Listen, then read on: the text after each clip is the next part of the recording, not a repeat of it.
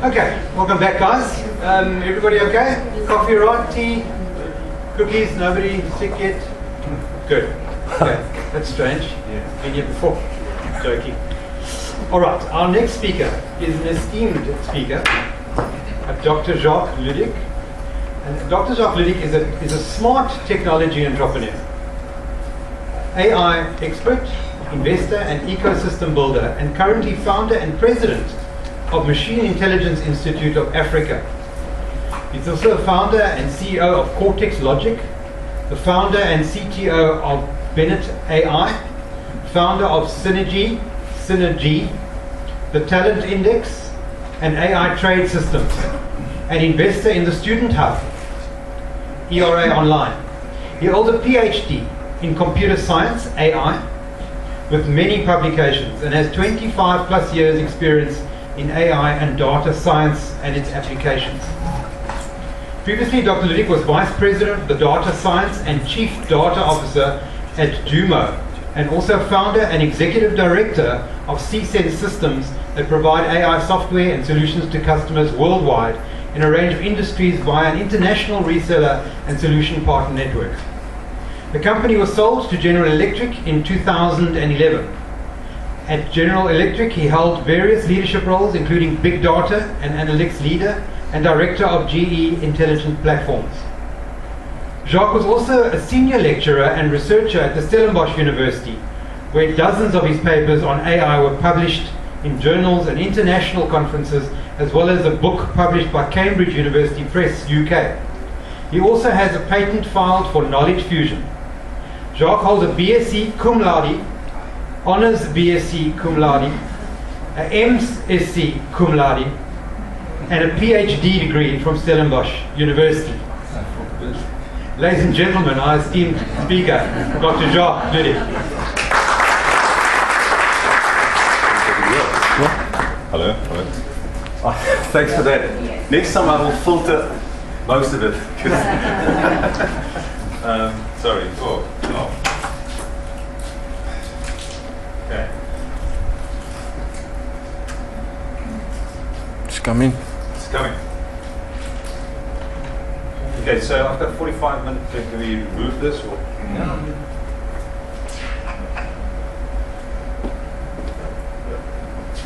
Great. Thank you very much for that introduction. I appreciate that. What I would like to do today, I think the focus, I think the topic is talked about the challenges around IoT, and actually it's the challenges around AI and IoT. And if you think about IoT and AI, it also just serves a purpose. It needs to be part of, I think Peter talked about the business strategy and stuff. So I think for me it's very important that you make it real. And it's all about making sure it's fully integrated into something that serves the business and make a difference. It's an incredibly exciting space right now, so looking forward to just talk about this. We can also keep it interactive. I know there's time for questions and stuff, but if you've got questions, let me know. So after that introduction, I'm just going to skip all of that. My personal massive transformative purpose really is around how to shape a better future in the smart technology era. And when I talk about smart technology era, it's really the fourth industrial revolution. Cyril Ramaphosa also talked about the fourth industrial revolution, and it's about how do you actually unlock the value with this. So what I would like to do is just to talk a little bit more about that. What does it mean? So the fourth industrial revolution, it's really, I think these definitions are really stating what's happening here. It is a step change. I think Peter talked about it's a step change. And it's got massive implications for businesses, for corporates. You see a range of new platform businesses coming to the fore. And what we do as Cortex Logic, we are an AI engine for platform businesses and corporates. And we want to help those corporates and platform businesses thrive in the smart technology era. Now, if you look at the smart technology era, it's really characterized by the fusion of new technologies. And these new technologies are really blurring the lines between the physical, the biological, the digital worlds. And it's affecting all disciplines, as we've seen, economies. I'm going to show some slides that actually shows the machine intelligence landscape, and I've used that in many of my previous talks as well. And it just shows the impact. All these little startups that's coming up and looking at the whole enterprise application stack and coming with very specific solutions, for instance. You can see solutions for every industry. So as we're becoming more digital, there's obviously more and more opportunities around data-driven businesses and unlocking value from that.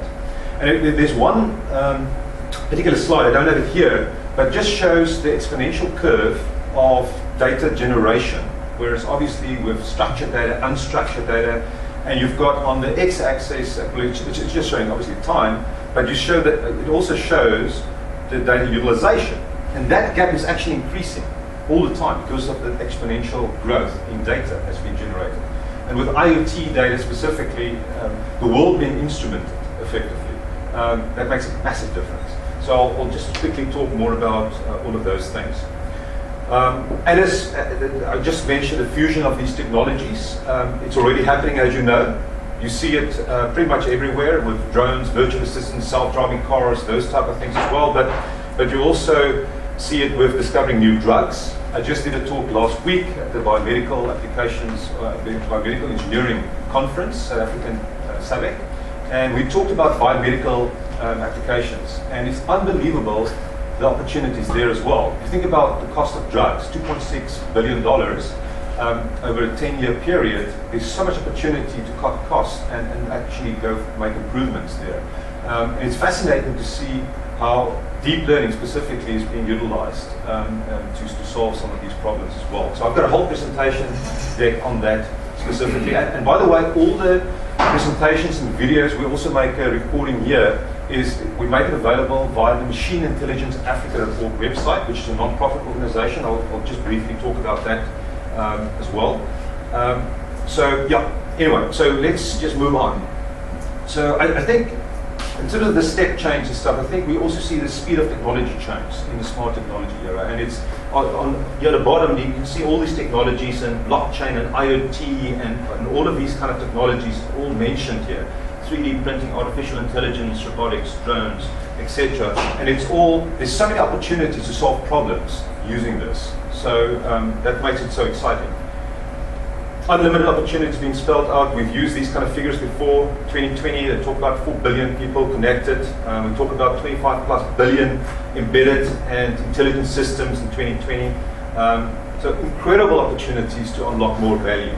So I think even from, if I think now back, and I've sold my previous AI company, I'm thinking about the way forward. We live in this interesting world where Kodak is not here anymore. You see Uber, Airbnb, we've used this example. You see all these platform businesses disrupting. You see corporates that want to turn themselves into platform businesses that can monetize more. There's so many opportunities. So the big challenge that we've got is how do we operationalize? How do we make it real, not just talk? And we're in the business of that. We're creating an AI engine. When we say that, it's actually connecting all the pieces, the smart data layers, automating the AI, and integrating it into the business to serve a specific purpose. And IoT has got an incredibly important role to play to feed those smart data layers with more data. And it's very exciting, the potential on that level. Okay, so you've heard this before. Salesforce said the artificial intelligence revolution is here. Andrew Ng was saying AI is new electricity.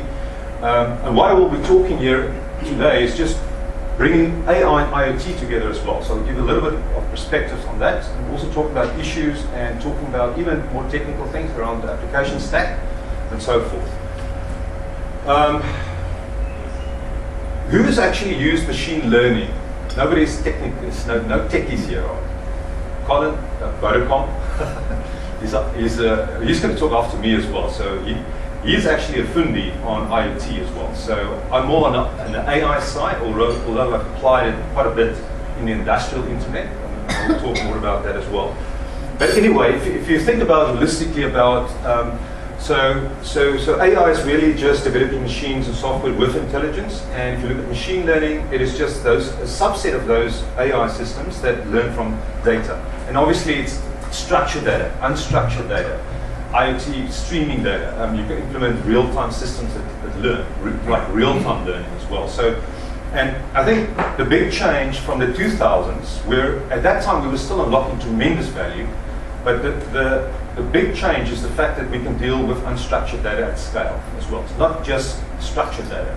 And unstructured data is obviously the audio, video, text, anything that's not numerical, that's in a structured relational database.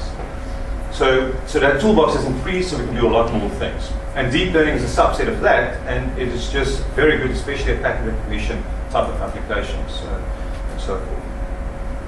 Okay, the worldwide AI revenue, I'm just going to they talk about even $100 billion market by 2025.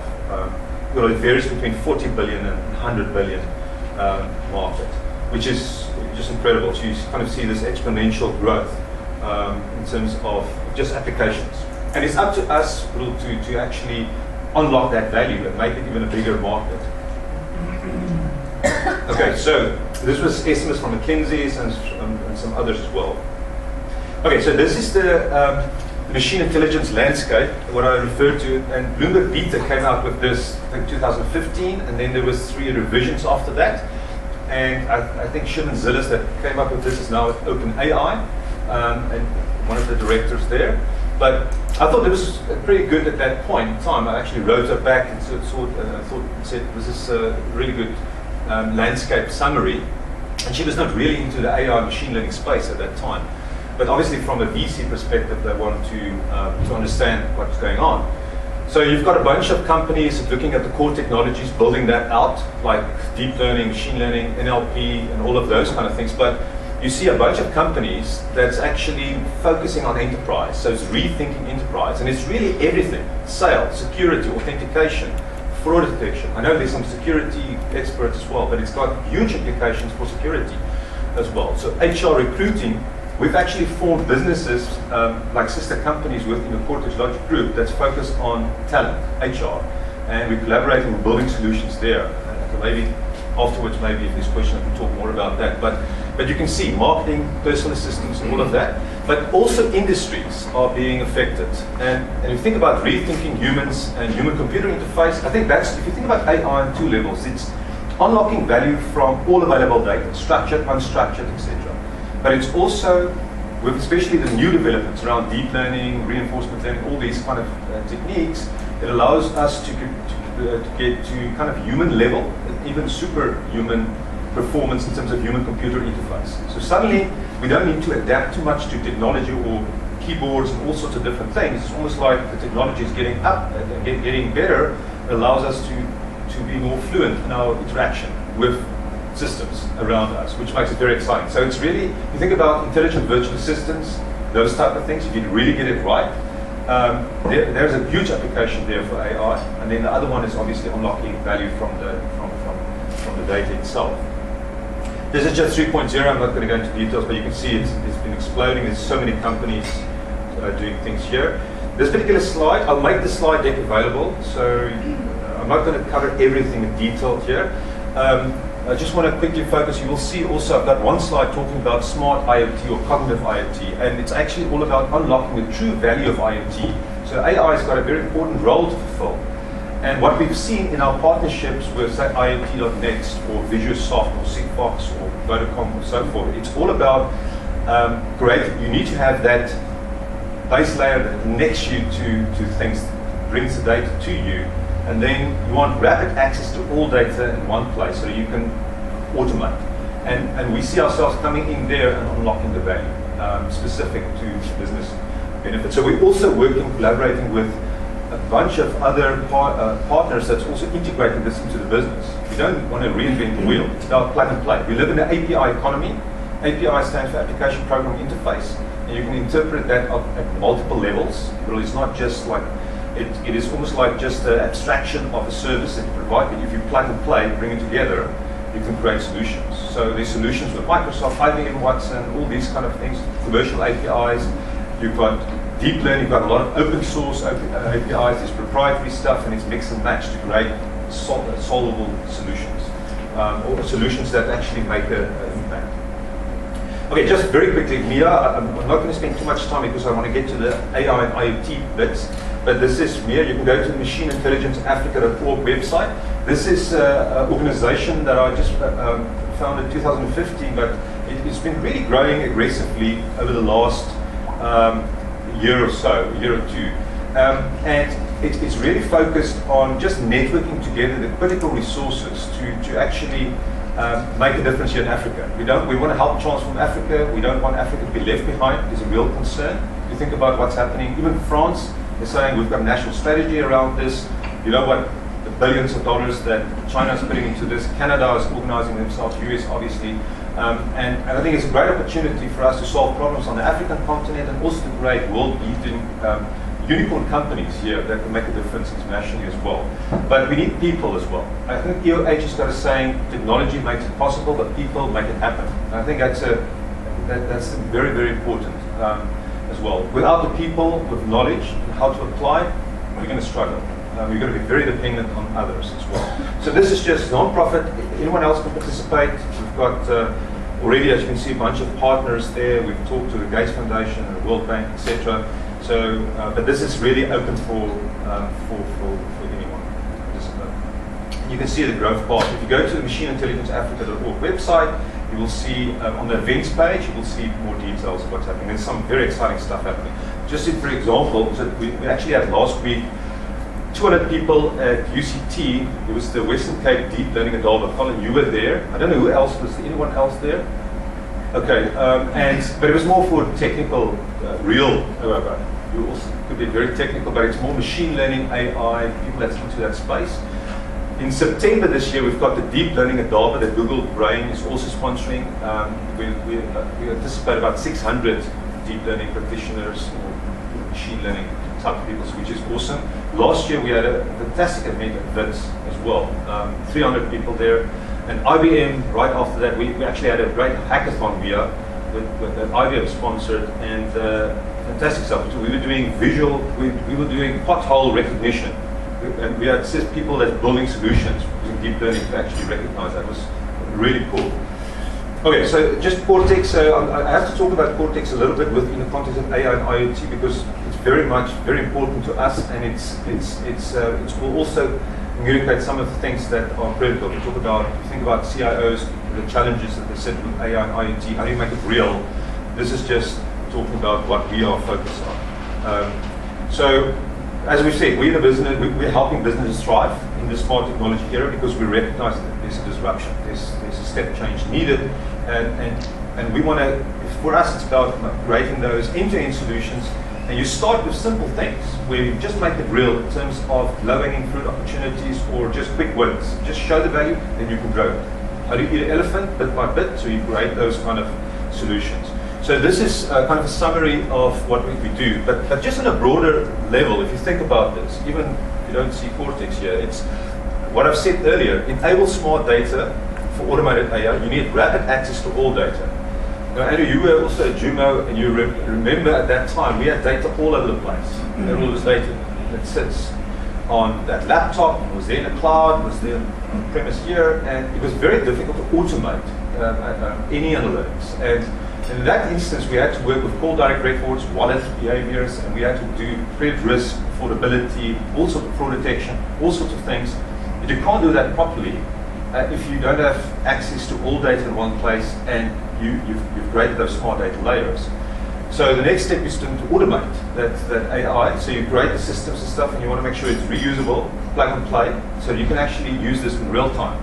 So for instance, again, that Jumo example, there was situations where during the day, there was examples of where fraud was happening within half an hour, and we had to solve those kind of things. You had to implement very quickly real-time systems that address those things as well. And it's very difficult to do that if you don't have analytics well integrated also into your systems, into your platform as well. So it's really how do you create that end-to-end kind of solutions. So more holistically, there's a bunch of value drivers just talking about how to optimize this business, because I think you're in this business, but things are changing, and the moment you get more data, you become data-driven, there's more opportunities to monetize. There's more different types of business revenue models, and all sorts of things that can come to the fore. There's potential ways of collaborating with other corporates, other businesses, and that will help you thrive, potentially. So one needs to think about that. So we've got some solutions in that space as well. But if you're a customer-centric business, then a growing, satisfied customer base is very important.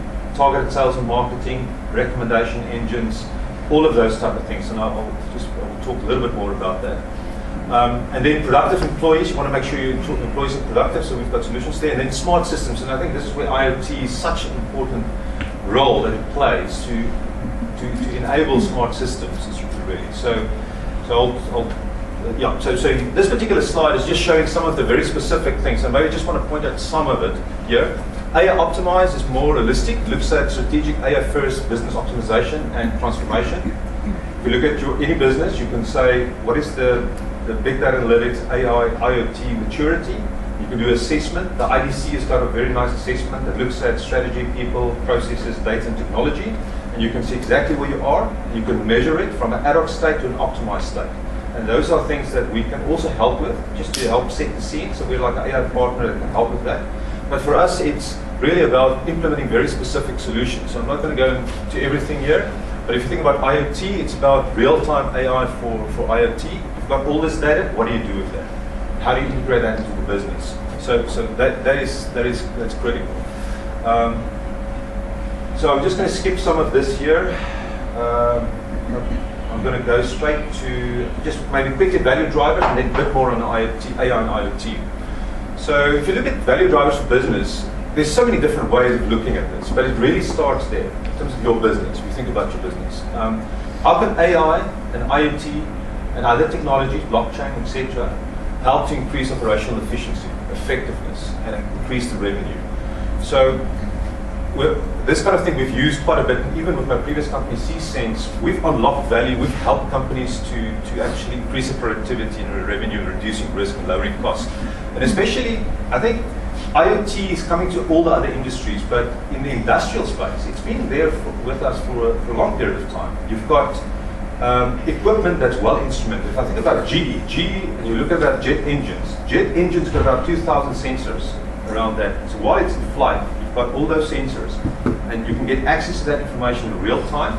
You can build models where you can say, I want to do predictive maintenance, and I want to really figure out what's the health of this particular jet engine, and I want to obviously implement a proper optimized predictive maintenance schedule around this, for instance. And it makes a big difference. So GE, for instance, is selling billions of dollars, hundreds of billions of dollars of service level agreements around the equipment. So it's equipment plus this. So, and Jeff Immelt, when he was still the CEO at that time, he was just saying, yesterday we were a hardware company, today we're a software and analytics company. That's a big thing for GE to say. But in truth, it's obviously a hybrid. They've got equipment that they sell, so it's got the services. But clearly, a jet engine becomes software defined the moment you instrument it properly. So that makes a big difference. So if you think about other things, and I've got some examples as well. If you think about the minerals, metals, mining, manufacturing space, it's all about throughput, yield, quality. And 1% improvement in quality or throughput and yield translates to millions of dollars. So even in the 2000s, with the traditional machine learning toolboxes, we were unlocking value there. You just what you basically do is you do rapid process troubleshooting, identify the causes for process deviation where there's problems. You implement that into a system that's integrated with the SCADAs, the DCS, the PLCs of the system. And then on top of that, you've got the MES, Manufacturing Enterprise Solutions layer, the ERP layers. But the SCADA layer and the DCS layers is really the systems that integrated to the plants, the equipment, the devices, the IoT space, effectively, in the industrial world. So, and we were writing back to, say, PLCs and controlling furnaces, grinders, and those type of things. And in that way, you actually can increase the throughput. If you just stabilize, I've got one slide just that shows where there was actually a 5% increase in stabilization, and it made some it was a 5% increase in throughput based on stabilization and stuff. So there's many examples. And for me, the great thing, the opportunity is to see, okay, we've done this in the industrial space. So we're going to do more in that space because we've got low-cost type of sensors that we can implement. But all the other industries, there's so much opportunity to unlock value and create end-to-end systems that makes a difference right there. So this is the biggest. So I think the second category is creating strategic value, and then the final one is more for me around customers, enhanced customer experience, targeted sales and marketing, real-time, on-demand, digital, personalized service delivery. All of that is possible especially if you've got it well instrumented. Okay, so I'll skip that. Just going to skip some of this as well. I'll just very quickly spend some time on this, and then I'll go to some of the applications of IoT, AI and IoT as well. Okay, this looks maybe complicated, but if you just look at, if you start here, I've got basically 1, 2, and 3. So 1 here is talks about enabling smart data for automated AI, and it's really, I think it's important that one looks at your data lake, on-premise, cloud, virtual, hybrid, but you want access to all available data. And it could be external data that you bring in, it could be your internal structured data and unstructured data. Very important to actually create that smart data layers. And I've got another slide here that shows the smart application stack. If you want to build these smart applications, what does that stack need to look like? But effectively, for especially the traditional machine learning techniques, you need to create the feature library because it makes it easier. You can use it for credit risk or affordability or for segmentation or various uses, fraud. There's a lot of common patterns, and that's important if you want to be agile and do things quickly. So you need to enable smart data layers, and I'll show a little bit more about what that looks like. That feeds into your AI, data science. We create predictive models, analytics, and all of that, and you can automate things. And when we say automate, in a lot of instances, some of the training will have an offline and so forth, but you want to make sure you streamline everything. There's a bunch of tools out there that helps to automate various pieces of this whole chain of work, of the whole workflow. And basically we embrace that and we implement, and that's part of it. But very importantly, you can't just have it offline, just a data study or just a report. You want to say, how can we integrate this into the business? And it could be automated analytics, real-time dashboards. It could feed into intelligent virtual assistants. It could feed into various models. And once you've got a model, you've got something powerful because you can actually now simulate. You can do what-if scenario analysis. You can say, if you could, G's got the term digital twin. So digital twin is like, if you think about a jet engine that I mentioned before, you can create a digital twin for that jet engine, which is really just a software model that represents that. So you want to get as close as possible to the reality. If I feed this in, this is what I get out, and this is exactly what's happening with this piece of equipment as well. But you can abstract that to multiple levels. You can actually instrument a business. You can instrument processes. You can instrument so many things. The more information you have, you can create models around this and create what-if scenario analysis. For example, for the beers, we are looking, one of the corporates that we're working with, looking at their whole business and looking at opportunities where we can save money and they can become more data-driven. And there's opportunities, massive opportunities for them. But it's the same for other corporates as we deal with other corporates as well. And then the idea is how do you create those end-to-end solutions to solve those problems. But anyway, so you want to plug it in and you can optimize, but for that particular thing, you can then also create a simulation across your business. So you can actually have a digital twin for processes and parts of your business as well. So it becomes it's going to be an interesting world that we're going into in the next 5 to 10 years, the more we instrument things. Just the IoT functional view. So obviously you've got your sensors, your physical devices, your network, all the processing elements, connectivity elements, connectivity frameworks. We've obviously on that level, we've also partnered with Sigfox and Squidnet and so forth, but we're very open in terms of how do we partner, and it's important, for us it's more important just to create that end-to-end solution. And what's the most cost-effective way of doing that? But you want to, obviously you've got this, you want to say, what do I do? You need to aggregate, and there's obviously IoT middleware, and you've got existing data, you need to accumulate, ingest data storage. We're also working with a company called Femi that's doing big data warehousing big data warehouse solutions that do governance and privacy by design. Data privacy is becoming a huge thing. Discovery is actually implemented Femi. Is big. So there's other companies here in South Africa. We're working with even universities to bring that in as well, especially in the healthcare space. It's huge, and there's quite a bit of activity on genomics specifically as well. But that's another partnership where it's very important as part of that smart data layer is to actually have the right partners that's helping with privacy, and helping with governance, and helping with data ingestion on a clever way. So what Femi is doing is actually creating a metadata layer. They're actually making when the data is being ingested, it's already taking structured and unstructured data, which could be videos, audio, could be all sorts of different things. Electronic health records could be whatever it is. Everything that has to do with health or anything else, you bring it in, and you actually make sure that you put this. You've got this metadata layer where you tag it in a proper way. So they make that easier. And it sits on top of Cloudera and Hortonworks, etc. But it just makes your life so much easier if you want to now use the data. And you want to make sure I've got governance and I've got privacy by design sorted out. And then obviously it's all about why do we need all of this is really the unlocking of value. So the augmented intelligence, the automated intelligence, augmented behavior, this is the applications. These are very, very important. And you can think about it, stream analytics, so data coming in real time. You can do batch analytics. You can do all sorts of processing. There's both processing engines and frameworks, etc. And then also edge computing. Not everything is happening in the cloud. For instance, C-Sense, we did a lot of stuff was on the edge. So and the way it's being done going forward, you can maybe train models in the cloud, but then you deploy it on the edge. If you think about deep learning, about TensorFlow that Google is providing, for instance, they make it easy to deploy on multiple platforms, on your smartphone, wherever. So you can train, you can get a super intelligent system that's that you can deploy in that way. So very important to think about it holistically, and that makes a huge makes a huge difference to have that.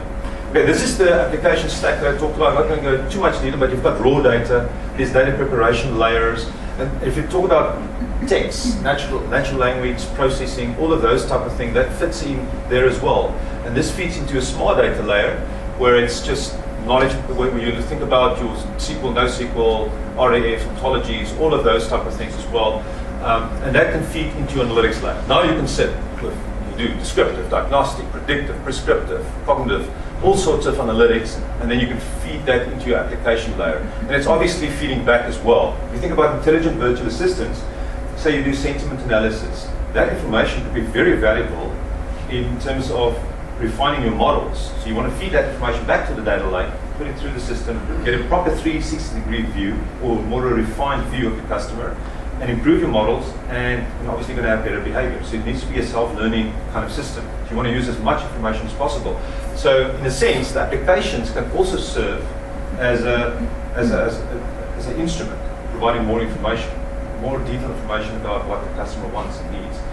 We're talking to direct access, for instance, as well. They've got a Pulse engine, and there is an example of where we put an AI engine for them to create a better user experience as well, in terms of just knowing more, creating a 360-degree view, being more relevant, more personal, more on demand, that type of thing as well. Okay, that just shows the spectrum of analytics, all the way from descriptive to cognitive, and all of it is important. We say analytics, sophistication, and depth, but prescriptive is critical. Obviously, predictive you forecast, but prescriptive is what do you do?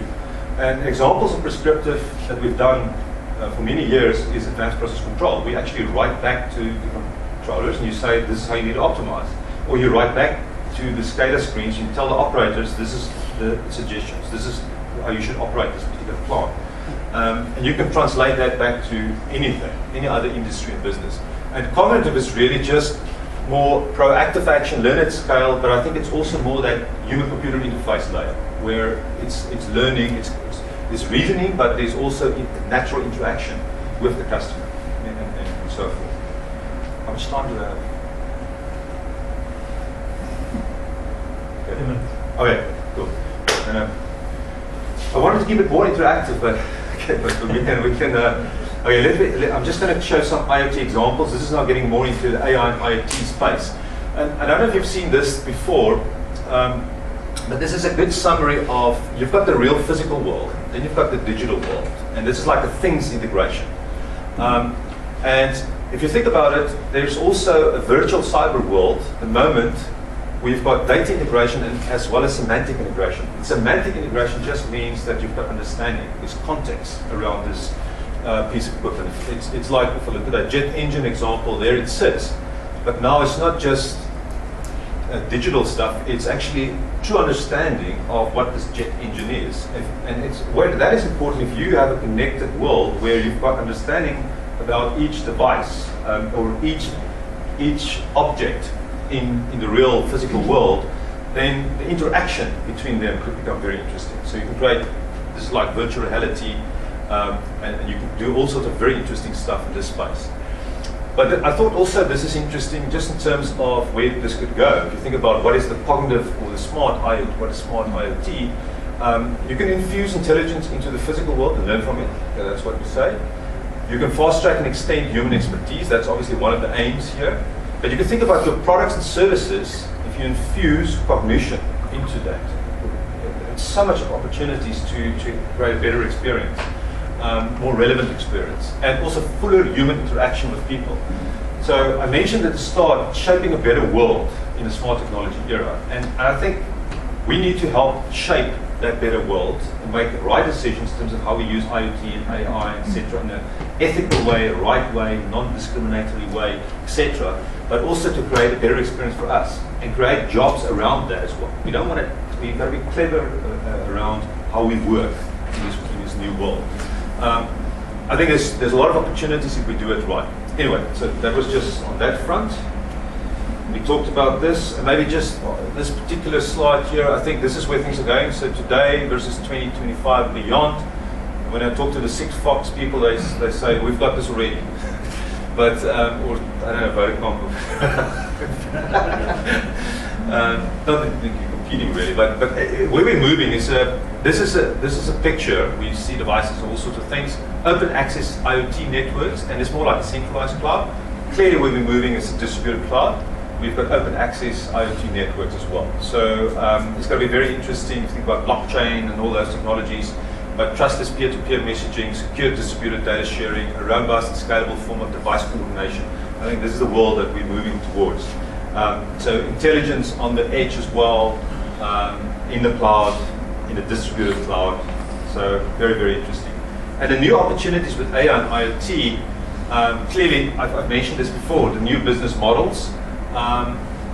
You can create new value streams for customers, speed time to market, response more rapidly to customer needs, but also real-time information on mission-critical systems. That was maybe not possible before, that is made possible by AI and IoT. Diversification of revenue streams, I talked about that. Global visibility is either for enterprises to see inside the business, which will lower the cost of doing business in far-flung locales. So, efficient, intelligent operations. Yeah. So those are things that we've discussed and mentioned. I think this is also where things are moving. So you can think about intelligence, assisted intelligence. I think this was done, I think it's at PwC. Assisted intelligence, augmented intelligence, and autonomous intelligence. And with assisted intelligence, you've got tasks are being automated. Humans don't really learn there. You've got machines that learn. And examples are machinery, processes in factories, boilers, ovens, all those things. But if you move to augmented intelligence, the nature of the task change. You've got humans informing machines and machines informing humans as well. It's like business strategy analysis using machine learning, smart clinical decision support. But if you move to autonomous, the decisions are automated, the machine learns continuously, and that's all possible. And it's like autonomous vehicles, smart investments, etc. And we've got also a system, AI, state-of-the-art AI trade system that works, that's 24/7, and it gives by-itself signals, and it works. But it's more long-term. It looks at maybe make 3 or 4 or 5 trades a year maximum. But it's telling you the right stuff. We've picked up Steiner, picked up all these kind of things up front. I wish I implemented before because I was a Steiner shareholder as well. But this is just an example of kind of autonomous systems. We implement it and it does a great job. Obviously, there's some engineering that goes into this to make this happen. You need to maintain this. It's not like humans are completely out of it. But this is where we're moving. And the market for that is obviously huge because it's growing the size of the market as well. Again, a bunch of applications.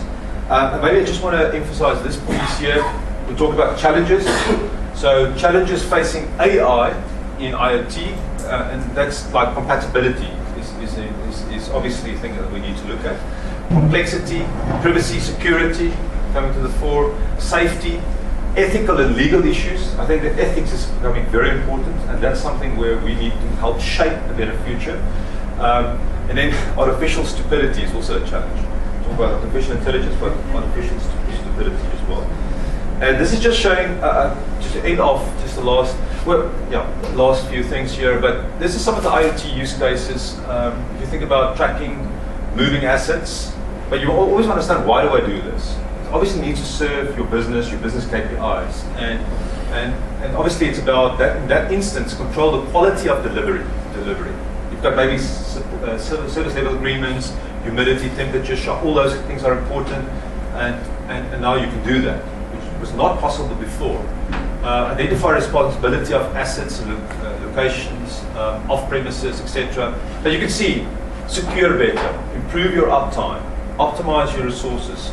It speaks to the same things that I've been talking about before in terms of what we say about AI as well, but this is enabled by IoT. So IoT's got an important role to play. And you can look at all the different industries, smart cities. By the way, I've been invited by the United Nations to participate next month in smart cities and AI, so I'm looking forward to that. Learn from others, what's happening in Europe and other places as well. And obviously Cape Town, we want to be a smart city. Think about Johannesburg, there's a bunch of initiatives going on around that. We can all make a contribution. So, but anyway, this is just showing more use cases. And you can think about retail. We can change that whole retail thing around smart grids as well. It's very exciting what you can do there. We're just showcasing some things like facial recognition, and we recognize you. You sit in the shop, maybe you've been there before, and it says, "Hi, how's it going? Adonita," and maybe knows what you want and help you. It could be creepy probably as well, but if I just was yesterday in discussion with Professor Eugene Kluter at Stellenbosch University, and I talked about their big data analytics initiatives and stuff, but he was also saying that he likes also Amazon, well, the fact that he's got no problem with Amazon giving him relevant stuff, information around the books that he want to read. A lot of the books he's interested in. So one just needs to think about it, but I think it's a balance. You don't want people to be manipulated, and you don't want people to just have access to very private information, like healthcare data, and they can do all sorts of different things. Okay, so I'm just going to wrap up here. This is just showing this is an example of that in the industrial world, where this translates to millions of dollars, where you've got, for instance, a grinding process where the feed is like that. The moment you really stabilize that, you get those increases in throughput and better quality, lower energy. There's all these side effects that you get. And you think about equipment, if you increase the availability of trucks, say for instance, from 70% to 85%, that's a massive improvement for the business. And it's the same elsewhere.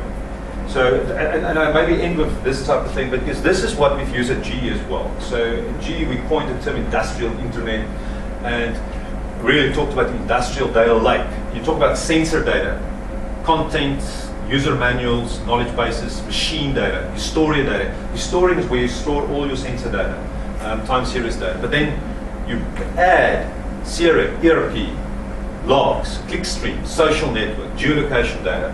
And then you have your flexible data models that sits there, and you've got different questions. Data scientists, how long will it last without failures or maintenance? You might ask, is my asset performing optimally? Or you've got the field operations guy saying, how to configure for the best operational results.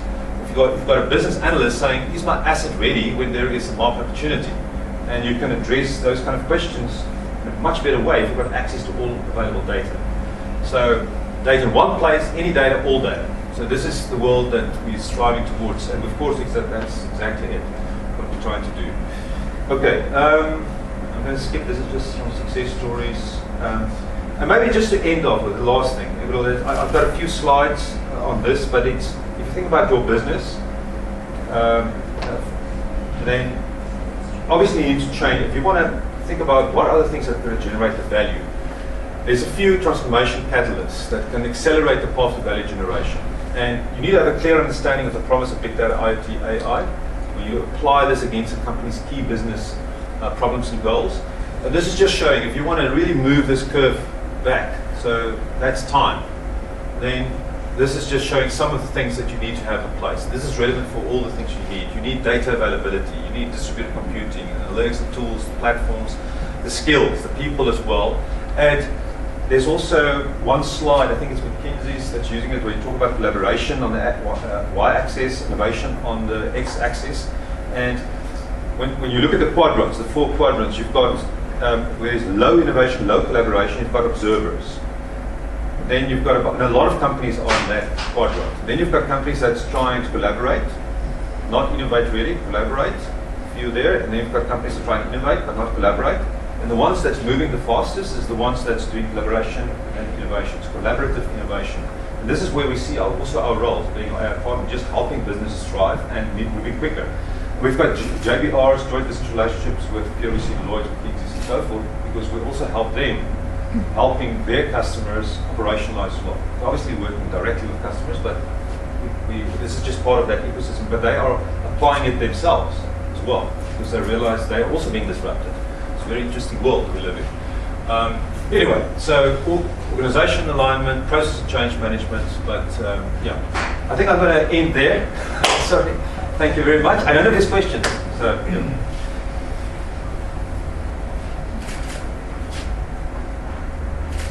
Good. Okay. So that's good. I'll make the slides available. We've got a recording as well. So that's good. Thank you very much.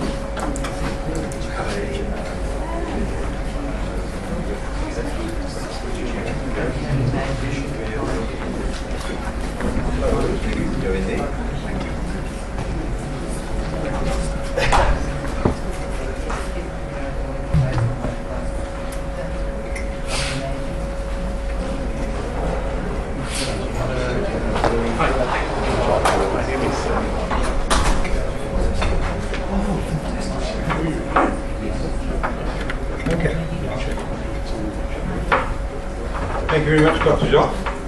I think this is amazing because I feel a little bit more stupid every time I do one of these sessions. I don't know about you guys, but you're talking about intelligence and collaboration and all that. I thought you can use this for saving marriages. In my part-time, I'm a relationship coach, and we see 50% of my relationships, not only mine, but 50% of the relationships are failing. And worldwide, 50% of people get divorced in marriage. So you can imagine on dating sites, you have facial recognition. No, you're no good. No, you're no good. No, it's like a Tinder thing, but facial recognition. And then when you actually meet the person, you just put something up like that. Not for you. Ticking all the boxes takes on a whole new thing. I think it'd be brilliant. No more divorces. No more lost money. Fantastic. Colin, are you ready? I'm good to go. All right, because I'm getting into trouble here. Okay. Colin Mamdou is a principal specialist. IoT, Vodacom Western Cape, which is one of our sponsors today, and we thank Vodacom for the gifts they've given us, and we thank Vodacom for the gifts of the speakers as well, and for being here today and making it possible.